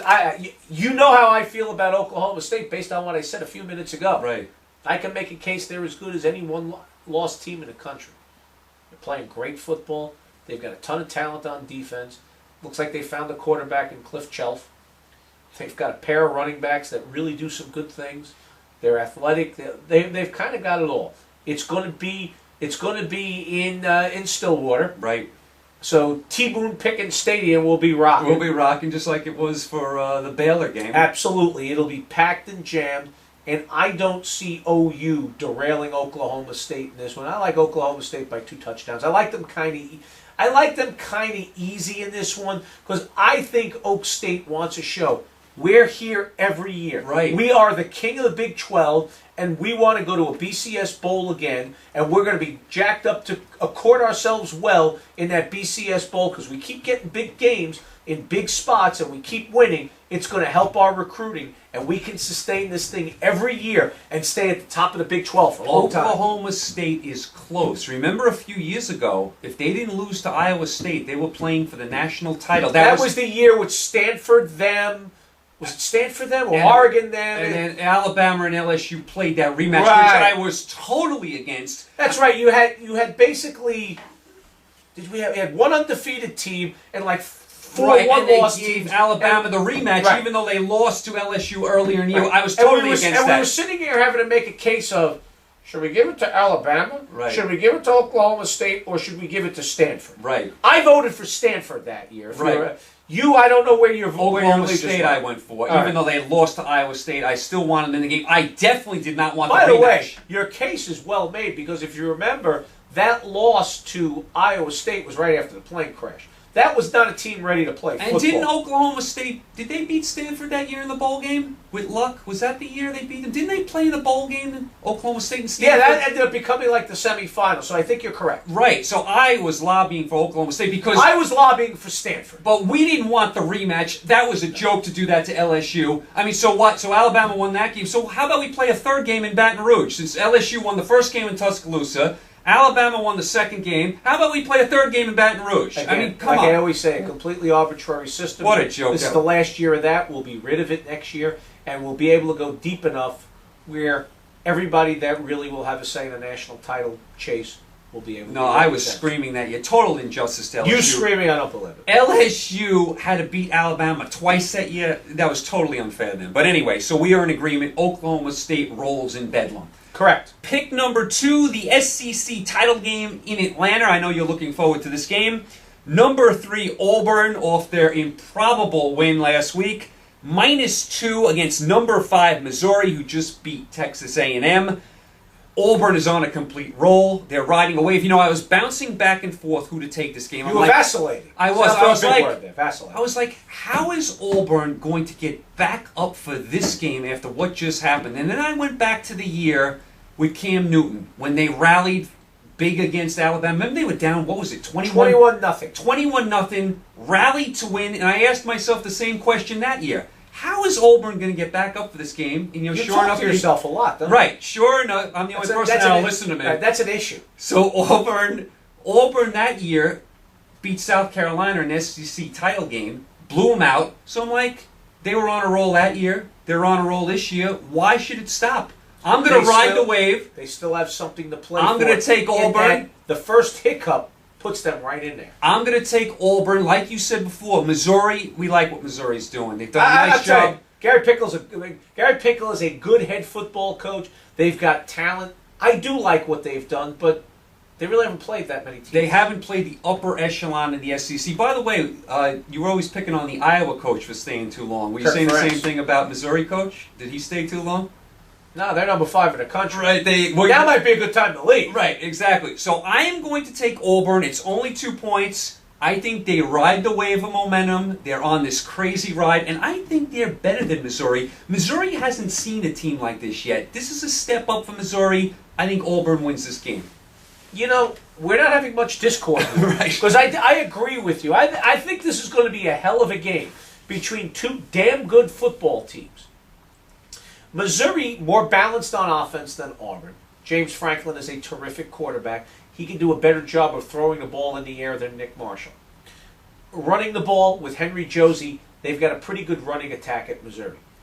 Auburn comes at you in waves. Yeah. Nick Marshall is a dynamic running quarterback who is really hard for defenses to prepare for. He is very difficult to bring down. Yeah, he's great at running the read option. Auburn has a stable of running. How about him for the Heisman? Okay, why not? No, we haven't talked about him. Quarterbacks that don't throw the football. No, it's I an know what uphill you're saying, battle. but I mean, we got to give him some love, don't we? I mean, But I like both of these offenses. Obviously, Auburn's is a little more one-dimensional, but I think against Alabama they proved that they can do that one dimension as well as anybody in America, and they can do it against anybody, even an underrated Missouri defense that's big, athletic, and physical. I think, and Auburn's got a pretty good defense as well. Auburn finds ways to win. Auburn is a little more battle tested. They've played the better competition at a neutral site in Atlanta. I think this will be one whale of a football game. But I, like you, just think Auburn's a little bit better, and I think they win by a late field goal. no, I absolutely agree. I think it's going to be As long as they don't fabulous bring the Alabama kicker, they'll be fine. be a fabulous game. I think just like Fabulous. last year's was. Yes, Alabama and Georgia. Where I Georgia really gets do stopped. believe this is going to be one of those I do. fabulous To me, games. this is must watch this weekend. No I mean, question. this game and the Ohio State game to me are must watch games. Absolutely. So we're in agreement again. We like Auburn. Pick number 3, the Pac-12 title game. This will be at Arizona State. The Pac-12 winner hosts the game. So Arizona State had the better record, so they host the game. They are number 11. They are -3 over number 7 Stanford. Arizona State, like you said before, very nice season, 10-2, won 7 straight, although I did think they should have lost to Wisconsin, but I'm going to let that go. You're going to let it go? I'm going to let it go. I know you're taking it with you. Right. Stanford, not the same team on the road. Lost to Utah, lost to USC on the road. Arizona State did lose to Stanford already this year, but that was on the farm. They lost 42-28. I think this is going to be a different game out in the desert. I think this is going to be more Arizona State's type of pace. I think they're going to spread Stanford out. I think they're going to score a lot of points. I am going to take Arizona State here. I've been consistent on them. I always take them at home. I don't love them on the road. Same thing with Stanford. Don't love them on the road. Like them at home. I'm going to take Stanford. It's Arizona State. It's only 3. I think Arizona State wins in the desert. All right, here's where we have some disagreement. Okay. Styles make fights. And Right. I've been wrong on this before, but when I look at Stanford, and I understand they're not the same team on the road as they are at home, but I'll use that basketball analogy. It's always easier to slow a game down than it is to speed it up. Absolutely. Stanford will slow this game down. Arizona State has shown when it gets physical and you slow it down, they have some real issues. Lost to Notre Dame. Look at their 2 losses this year. When you slow it, one of them is Notre Dame, I believe. The other one was Stanford. Was Stanford in Stanford. So when you slow them down and you force them to be physical, they can be had. Stanford is as physical and as good at slowing games down, playing their tempo, and being physical as any team in America. They've played before. We've seen Arizona State. When you slow it down, you make it a physical game, they lose. They don't lose to anybody else. Right. They lose when you slow it down, make it physical. I just Who think... in America is better at making a game slow and physical than Stanford? Absolutely. Stanford's already beat them. They go back, look at the film from the last game. They've got some things they figured out that they can do. Obviously, Arizona State will do the same thing and try and find some things that they can do. But I think at the end of the day, the physicality of Stanford, their ability to slow the game down, play tempo, and play pace, they will win this football game. See, when I watched Stanford play at Utah and at USC, that stuck in my mind. They didn't seem to be the same team on the road. They just didn't look like the same team. And Arizona State can be a bully team at home. They can run and gun at home. I love the fans in Tempe. It's a college town. I'm going to go Arizona. It's a party school. It's a party school. I like Arizona. All liquored up. Right. I think it's going to be a very good game. I could definitely see why you like Stanford, but I'm going to take the Sun Devils at home in Tempe here, so we agree. We disagree on this We one. have to disagree on This is something. the first one we disagree Right. on, so there we go. You're taking Stanford, I'll take ASU. All right, next game, the ACC title game. I don't think we're going to disagree on this one. No. Number 1, Florida State, -28 over number 20 Duke. This game is in Charlotte. Florida State, of course, undefeated. We still don't know about the Winston situation. I don't think that's going to be an issue in this game because they probably won't rule on it until after the ACC title. Duke's 10-2. They're on a roll. What a story, though. They've done a great job. The coach has done a great job. They're going to get buried here. Florida State will bombard Duke. I mean, Duke has no chance in this game. They can't match up with Florida State. This is going to be another one of those games that Florida State puts up 56 points and wins like 56 to like 14 in this game. I was going to say 62-24. 56-14, yeah. We're kind of in that same ballpark. I think the reason it's going to end up being like 62 or 63, 63-24 Right. is Duke likes to play at a fast pace as well. Right. And, while the game is still a game, that'll lead to Florida scoring a bunch of points. And then obviously Duke's going to need to climb back into it. So I think Florida's going to get a lot of opportunities to score. Duke, they're going to try and make a game of it. They don't have the horses. That 28 won't be a daunting number for Florida State to cover. Again, as I said before, a great season, 10 wins, a great story. If you want to talk about a team that is going to play hard in that bowl game they go to, it's going to be the Duke Blue Devils. No, absolutely. They will play hard, but they will be blown out. I have Oh, no yeah. faith in this game even being close. All right, so we're in agreement there. Obviously, if it was the SATs, I would take Duke. Right. FSU rolls in that game. We agree. All right, let's go to the Big Ten title game in Indianapolis. This, to me, is a must-watch, this game.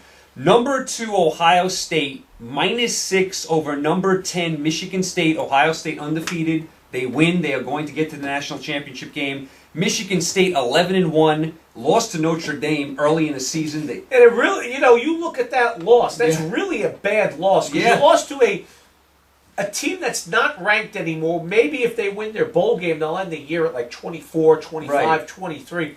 That's a bad loss for a team that's found its offense and has played some very good football the second half of the year. I think these two teams are just complete opposites. Ohio State, great offense, no defense. Michigan State, great defense. Better offense, but not It's not good. Not a great. Better than it was, but still not great. Very opposite, these teams.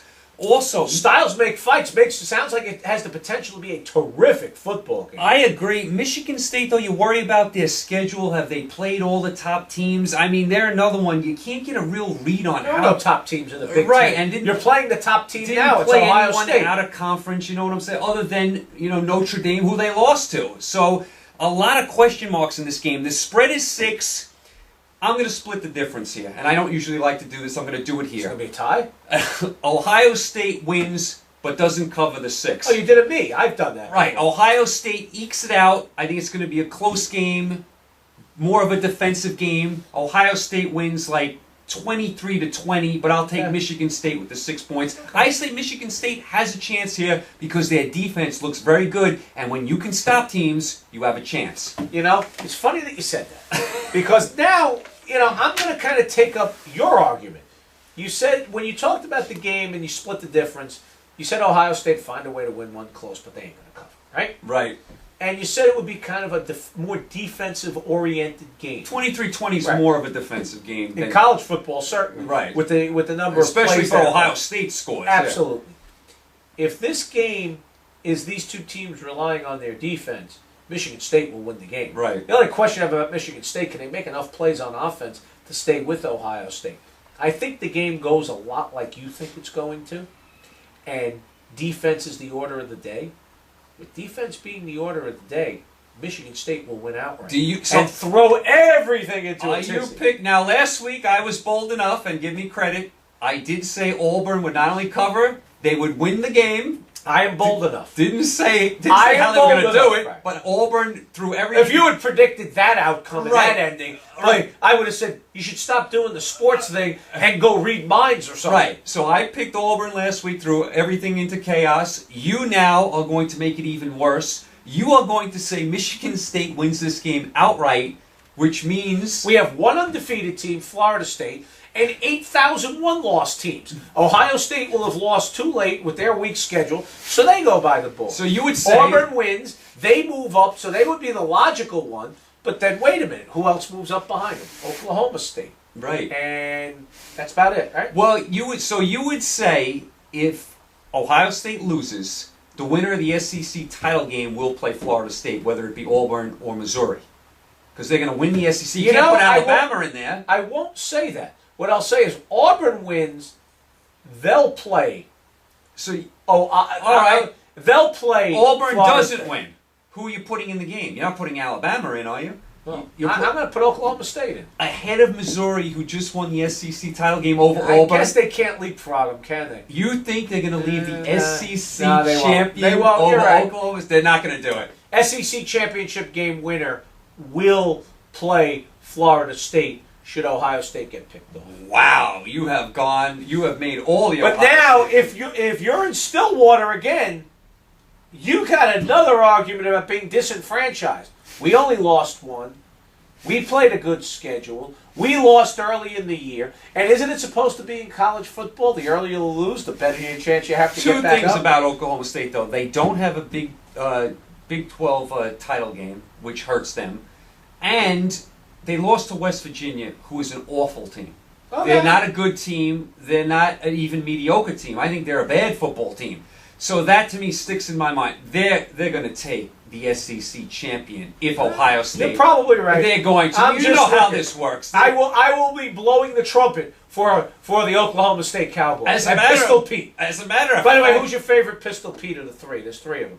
There's one in New Mexico, right? Right. There's one in Wyoming, and there's one in Oklahoma State. I like Oklahoma State. I like. If you actually take a look, Did you see Lee what- Corso doing that? the Wyoming's Pistol Pete is Right. actually really cool looking. Yeah. Go take a look at it. Did you see Lee Corso doing the Pistol Pete, Yeah, yes. when Musburger was going. What was Musburger saying? I'm that rascal with those There you guns go. there. But take a look at.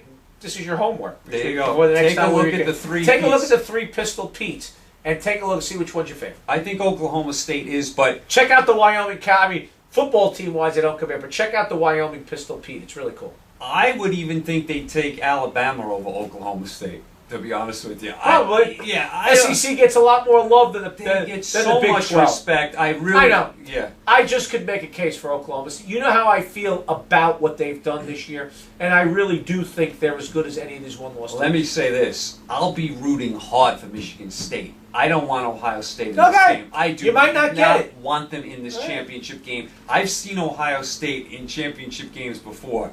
Most of the time, it hasn't been. They're bringing back Maurice Claret. Right, yeah, exactly. It hasn't been pretty most of the time. So, and even that year they won against Miami with that ridiculous flag call in the end zone when Miami's celebrating, and all of a sudden a flag comes out for pass interference. They were lucky to win that year. Yes, they were. So I do not want Ohio State in this game because I don't think they're the second best team. I don't, I but don't I either. think they're going to get in the game if they win. If they win, they'll get in. Right. But they're not going to win. So we are on the same page as far as the point spread, but you are going one step further. Michigan State wins outright. Guts. It's total Guts chaos. personified. I took Auburn last week and it paid off. Okay.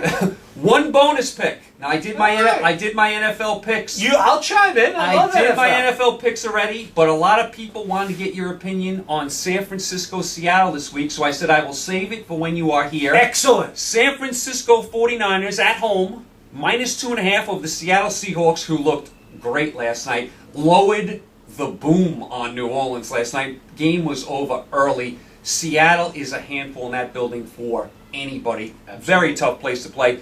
But now, this week, go on the road, short week, in San Francisco. Niners are getting healthy, have Crabtree back. Manningham's already back. Vernon Davis is playing again. I love Seattle. I think they are going to get to the Super Bowl. I don't think they're going to lose a playoff game in that madhouse. I would favor them to get to the Super Bowl, even though the NFC is loaded this year. Saints, Carolina, San Francisco, a lot of good teams. I think it's much better than the AFC.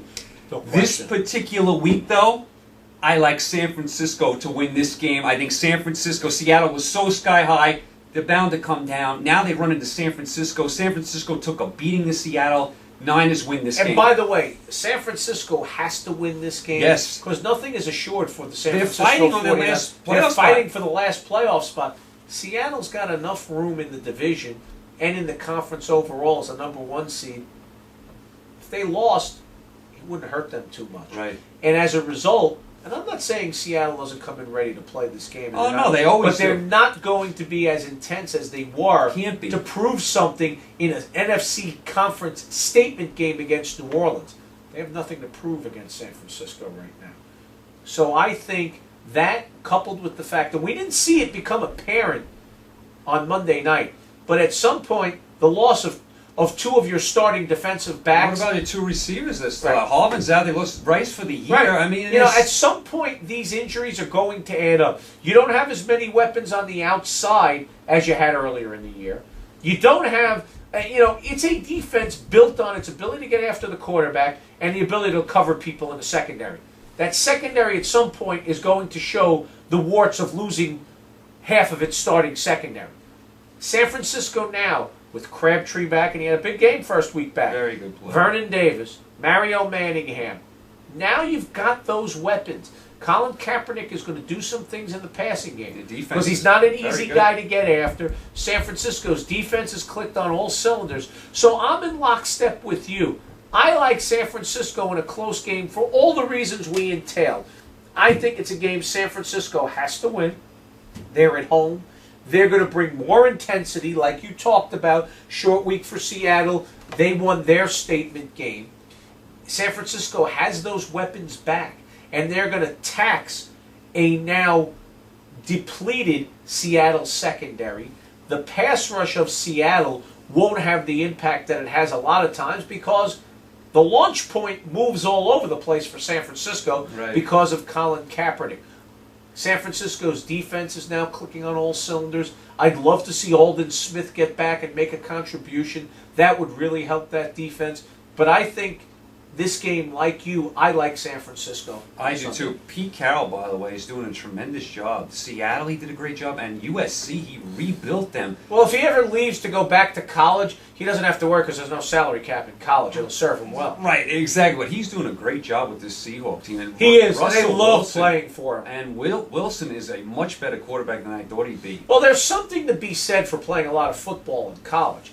He started as a freshman at North Carolina State. Now, I remember his first 3 years at North Carolina State, made a lot of plays, made a lot of mistakes. Right. Kind of got turned off by that. His first 2 years. Then his fourth year at his third year at North Carolina State. I'm sorry. He had the big year. The turnovers were lessened, and he really was a dominant quarterback. He graduates. He gets the final year of eligibility, goes to Wisconsin, and has a Heisman Trophy caliber year. Yeah. And then really has stepped up. So this is a quarterback that has played a lot of football. He's got great physical skills, and he's played a lot of football. So the game moves very slow for him, and that serves him well. So I think when you combine that with his physical skills, while I didn't expect him to burst on the scene and do this, this shouldn't be a surprise to a lot of people. Right now, I would pick... Because there still is something to be said for playing a lot of football on a college level. You look at Houston, they bench Matt Schaub, Case Keenum has gone in. Right. I'm not telling you Case Keenum's a great NFL quarterback, but you've watched, generally he hasn't been overmatched. No. It's because he played a lot of college football. Right. Right now, and you're probably going to disagree with me, my Super Bowl right now would be Seattle against Denver, because I think both of those teams are going to have home field. And I can't see a team that's going to I got a question for you, and I will disagree with you. Now, Carolina I love, but I don't know if they can go to Seattle and win. And I don't know. I don't like Denver. Can I ask you a question? I will root against Denver. Does home field advantage for Denver in January help Peyton Manning? This is a guy who spent his career playing indoors, and he's had a whole bunch of surgery. And you watch it. Take last week away. But haven't we started to notice? No, right. And he had 2 interceptions on Sunday as well. well. He had a bad game in Haven't we started to notice as the season goes on that wing gets weaker and weaker, and he can't always make the throws and the passes start to hang? So now you play in Denver, which is not a warm weather site. Right. You got to play in January at home.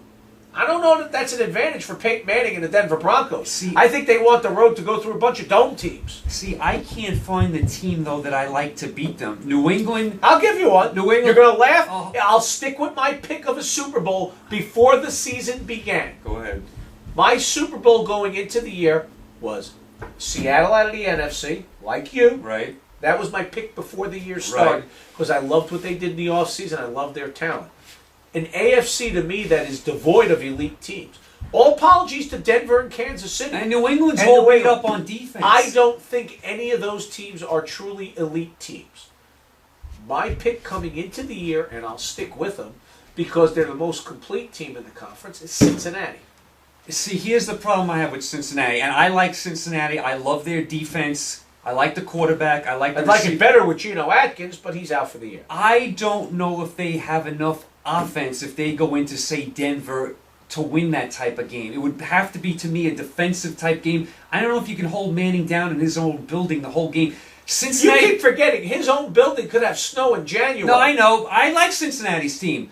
I don't love their offense. To me, they have to do a little more on offense to get Big to Red Andy Dalton, baby. No, you know what I'm saying? Like, I love their defense. I do. Marvin, my thing with them is sometimes they really keep Andy Dalton shackled. Right. You've got A.J. Green and an array of weapons in the passing game that you could use if you would just turn your quarterback loose. Giovanni Bernard is emerging as a good, young, explosive running back. And coupled with the law firm, who is solid but unspectacular, they have the potential to be a very effective offense. Sometimes Marvin Lewis and his staff dummy that offense down.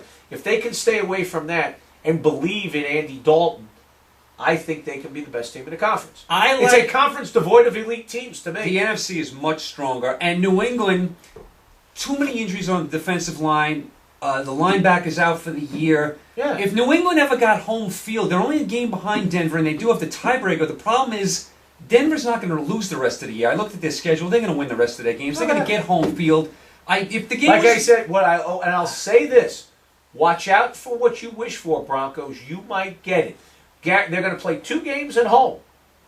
If one of them has cold, wind, and/or snow in late January, you're not going to be so happy when you look at the Denver Broncos trotting out there and Peyton Manning with that wing that's thrown about 500 passes that's dead tired, and all of a sudden those balls hang, and there's 3 interceptions in a playoff game, and the Broncos go home. I'll go a step further.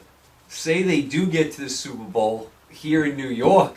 Cold weather in February against, say, a Seahawk team. I don't like them. This is not a knock on Peyton, but at this stage of his career, with that arm the way it is, I've always made the analogy to Chad Pennington.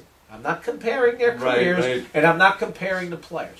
But do you remember Chad Pennington came into the NFL and he had plenty of arm to be a successful NFL quarterback. And his career got off to a very nice start. He did some very good things, and he was a heady, smart quarterback.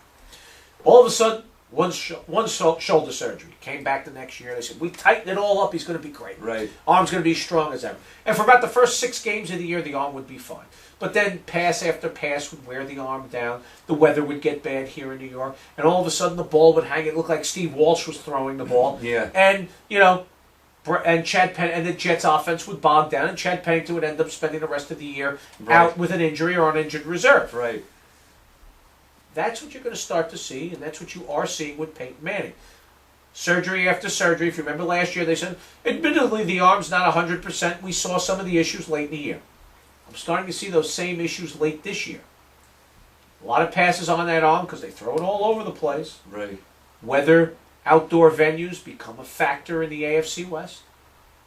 All of a sudden, come January, I have no confidence that they can win playoff games because they'll win home field advantage, but there ain't no roof on that joint. A home field advantage don't help them. Here's the thing. If they were in the NFC, there's so many teams I could see a bunch By of them. By the way, if they were in the NFC and they didn't win home field advantage, there's a pretty good chance that all roads would lead through a dome and they'd be in better shape. No, but the teams in the NFC are better. You see, I have trouble finding a team that's going to beat them. I don't like New England's defense. I'm not as sold on Cincinnati as you are because I don't love their offense. I mean, Baltimore's hanging on to that last spot. They're not going to do it again this year. I mean, who else are we talking about? Indianapolis, I don't think they're ready for it. They're going out with whoever they play in the playoffs. They're playing awful football, and they look lost. And that offensive line just can't stand up. And even Kansas City now, they've lost 3 in a row, got some defensive injuries. Denver's beaten them twice already. So to me, I know what you're saying, but you heard it from me first. I can't personally find the team that's going to beat them because I don't love Cincinnati as much as you do because I don't love their offense. Now, if you told me New England caught them for home field, the game was in New England, and New England was healthy, which they won't be because they have too many guys. I don't think it matters where New England goes. Or for that matter, I don't think it matters if Denver's at home or on the road. I think Denver, it's not going to help them, but I don't think it does Denver any favors being in Denver, just for all the reasons that I entailed. If they happen to go on a road to a warm weather or dome site, it'd help them a lot. Unfortunately, they're probably outside of Indianapolis. There aren't going to be many of them in the AFC playoffs. No, so yeah, I'd love to see Cincinnati beat them. I would, and I'll be rooting against Denver. Watch. Because I'm manning out at this point between Peyton and Eli and Archie. I don't want to see another Super Bowl with one I'm of going them. to tell Archie you don't like him. No, but I mean, how many Super Bowls can we see Archie and Peyton and Eli? I mean, enough. Let's get some new blood in there. Like Andy Dalton would be new blood. Cincinnati would be refreshing. I mean, they would be. But I personally think all those Marvin Lewis interviews. We're going to get Denver and Seattle. But there's a lot of football to be played. There is. But we are in agreement. You like San Francisco this week over Seattle. And that Carolina-New Orleans game is a big one, too. By the way, that's going to be a very interesting game in that New Orleans, not only a short week, your plane's messed up. You've got to stay over in Seattle. I read that. Now your work week's all kinds of messed up. It was a statement game on the road. You didn't make that statement. Carolina stayed nice and close to home in the East. They're going to Carolina's defense is pretty ferocious. They're going to trot on into New Orleans. I got a feeling Carolina springs that upset. I did take Carolina with the points myself, by the way. Carolina's defense is very, very good. Really it's one of 3 or 4 best defenses in all the National Football League. They got a great middle linebacker. They got a couple of linemen that can get after the quarterback. I know a lot of people don't love their secondary, but they do a very good job. And Captain Mutterland, not a household name, but he seems to be a guy who has an uncanny ability to get after the quarterback on a blitz. Absolutely. Now, tonight, Joe, I was looking at the schedule for what is on TV tonight. The NBA, there is no marquee matchups tonight. No. By the way, your Knicks, what is going on with them? They are a horror show. Unfortunately, lack of talent has conspired to undermine them. But they're going to blame the head basketball coach, and they're going to fire a real good coach in Mike Woodson, who will get a job next year. He'll end up spending the rest of this year on somebody's bench as an assistant. And then come next season, a team will hire him, and he'll go on to win 50 games and take a team to the playoffs, while the Knicks, the 3-win Knicks, will continue to struggle because, quite honestly, in a league as deep as the NBA, you can't make up for lack of talent. No, they do have a couple injuries also, but I'll tell you, that division is so bad that they're only a couple games behind. I mean, even the Nets, as bad as they're playing, only a couple games behind. And by the way, the Nets... At least the Nets have an excuse. Everybody's hurt. I'll tell you what, if there's a year to be Don't bad... spill my drink. If there's a year to be bad in the NBA, it's this year with that draft class coming out. Well, that's the thing. Yeah. You know, we've talked about that NBA draft, that NBA draft class of 2014. It's one for the ages. And teams even last year were trying to stockpile picks in this draft. Right. It's something that can change the entire complexion of your team because you can get that guy. Much like I think the 2014 NFL draft has a chance to change the complexion of a lot of teams. And I'll give you a couple of teams to look at. St. Louis and Cleveland both own 2 first-round picks in that upcoming draft. Cleveland's got a lot of picks. They got 2 in the first round. They'll have their own, and they have Indianapolis's. Yeah. St. Louis is in even better shape. Not only do they have their own, they have Washington. Right, and St. Louis... Which could be a top 5 pick the way they're showing signs that they could be close. They get Bradford back next year. They could be on the move. Cleveland was showing signs of life, but the last 3 weeks they've turned the ball over. They don't have a quarterback. And they've turned the ball over like 400 times the last 3 weeks. Brandon Weeden, and I thought this was a guy with his arm and some of the other things that could be an NFL quarterback. No, not good. Unfortunately, his decision-making process is so abysmally slow. Surprisingly so. I mean, I thought he'd be a lot better. Now, they did have that other guy, Hoyer, who was playing well. He went out with an injury. He may end up being the guy. It's not going to be Campbell. He's too inconsistent. No. One good game, 3 bad games. Campbell's a backup quarterback. Right. Hoyer's... It may be Hoyer, and Cleveland, with a lot of the other problems that they have, may not draft a quarterback because that defense is ready to win now. You got a big-time offensive line. You go after a couple of running backs, and you fill in all around. Brian Hoyer's a veteran. Maybe you go in that direction, but I will caution you. Don't get too excited about a quarterback after 2 or 3 NFL starts. Oh, no, we've seen that Let us before. remember Matt Flynn, Scott Mitchell. Matt Flynn's a classic, yeah. Scott Mitchell. Yeah. Don't get too enamored with a guy after 2 or 3 starts and think you got the answer. No. You may not have the answer. No, but... Geno Smith. Right. Getting back to the NBA, I'll tell you, I'm disappointed in Carmelo Anthony, too. I mean, how about he puts the team on his back for one game and actually goes out there and scores 50 and wins the game? And I don't want to hear... He is the kind of basketball player to score 50. And I'll tell you what, but he's also not the kind of player to put a team on his back and will them to win. He doesn't make anybody better. And I'll tell you what, I don't want to hear about him leaving. He wanted out of Denver so bad and said he wanted to go to New York. I want to be a Knick. I want to be a Knick. He's a Nick. Now he But wants. they only won 3 games. Now he wants to leave. Maybe. I mean, come on. I mean, what is he talking All right. about? Well, here's the thing. If you remember how badly he wanted to come to New York, right? You remember that. Wanted out of Denver. But he didn't want bad enough to take less money and sign as a free agent. Of course not. And he forced a nervous James Dolan to trade for him. Right. And James Dolan gave up a lot. It hasn't worked out badly for the Knicks because a lot of those players haven't quite panned out for Denver. Mostly Danilo Gallinari due to injury. Right. You know, Wilson Chandler's been a decent player. Raymond Felton, who's part of the trade, is back with them. Right. You know, Timothy Mozgov has been Timothy Mozgov. But that notwithstanding. So do you really think this time around Carmelo Anthony's going to take less money to get out? No, he's going to force the team to trade for him. Right. You ain't forcing Mitch Kupchak to do anything because they're all talking about him going to the Lakers. Oh, I don't want that. Oh, please. If he wants to leave, he's going to have to leave via free agency and take less money. I don't see Carmelo Anthony doing that. So he'll stay here, take the max money, play for New York, and not win many games. Oh, and please, I'm a Laker fan. I don't need another circus act with Kobe and Carmelo. I just got over the Dwight Howard thing. I can't take any more of this. Steve Nash is on the team. Maybe you'll play with 3 basketballs. Good, wouldn't that? I mean, enough. I don't like what the Lakers are doing at all recently. I didn't like Brown as the coach. I don't like Tony as the coach. I just don't like anything the organization is doing lately. I really don't. Try being a New York Knicks fan and liking what that organization. Well, that's true. You finally had a couple of professional basketball people. Donnie Walsh fixes all the sins committed by previous administrations. And there was a lot. So now what you do is Jim Dolan has to meddle, insist on getting Carmelo Anthony, or engineers the trade himself, and kind of pushes Donnie Walsh out the door.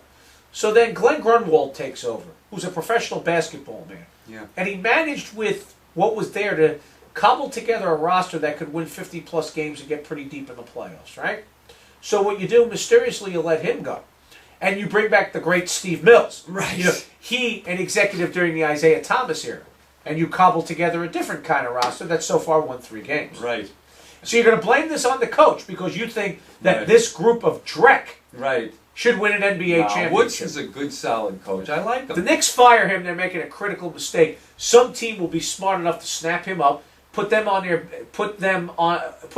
their bench as a lead assistant, and when openings come up, an organization will be smart enough to hire him. No, I agree with you. But back to my original point through all this, the NBA, very light schedule tonight. No real college basketball has some good games. NHL tonight, you got a couple games, LA, Anaheim, San Jose, Toronto. I am focusing my attention on college basketball tonight.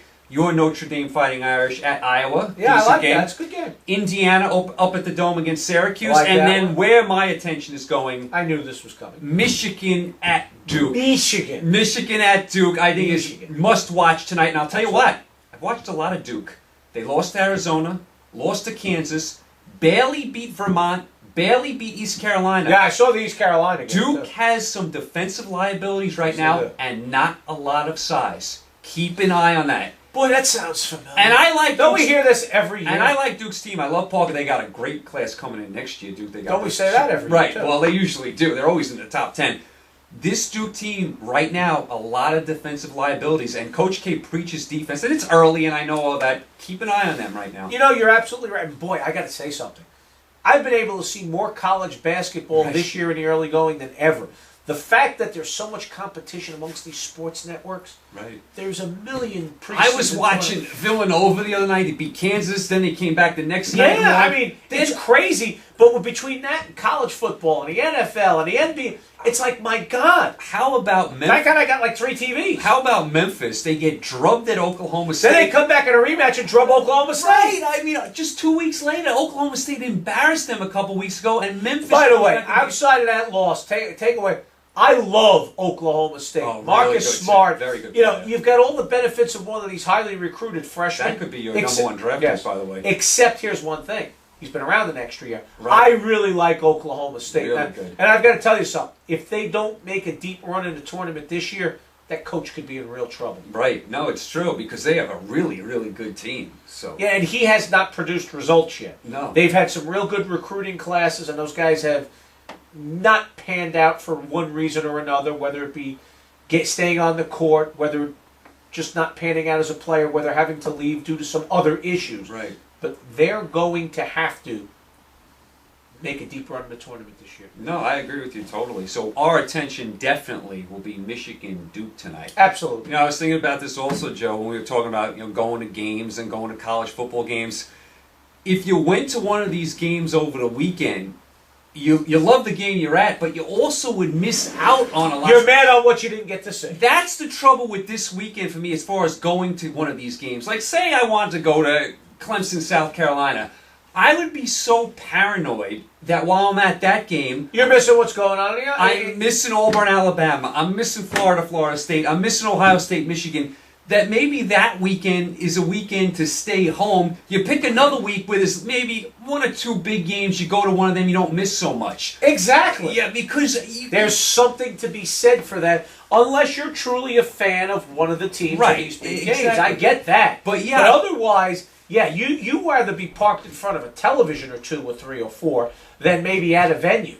No, just because of look at what you could have missed. Right. You know, if you go to the Iron Bowl, you miss the spectacular finish of Michigan, Ohio State. Right. You go to Michigan, Ohio State, you probably miss most of the Iron Bowl. Maybe you get back for the end. No, it's true. If you go to the Palmetto State matchup, you miss the Iron Bowl. Right. So you almost have to go, not on that weekend. That weekend, unless, like you said, you're a fan of the team, just stay on, watch it all. You go on another weekend where there's like only one big matchup or two. And hopefully they're spaced out early. One's late enough, or one's early enough where you can get back someplace and see it. Right, but it was just a spectacular weekend of sports. I mean, I enjoyed myself so much. NFL slate was a good one as well. NFL slate was great. College football was amazing. I got to see a lot of college basketball. I was watching everything. I mean, it was like the perfect weekend of sports. I found myself, after that great college football weekend, I came home at like 2 o'clock in the morning after all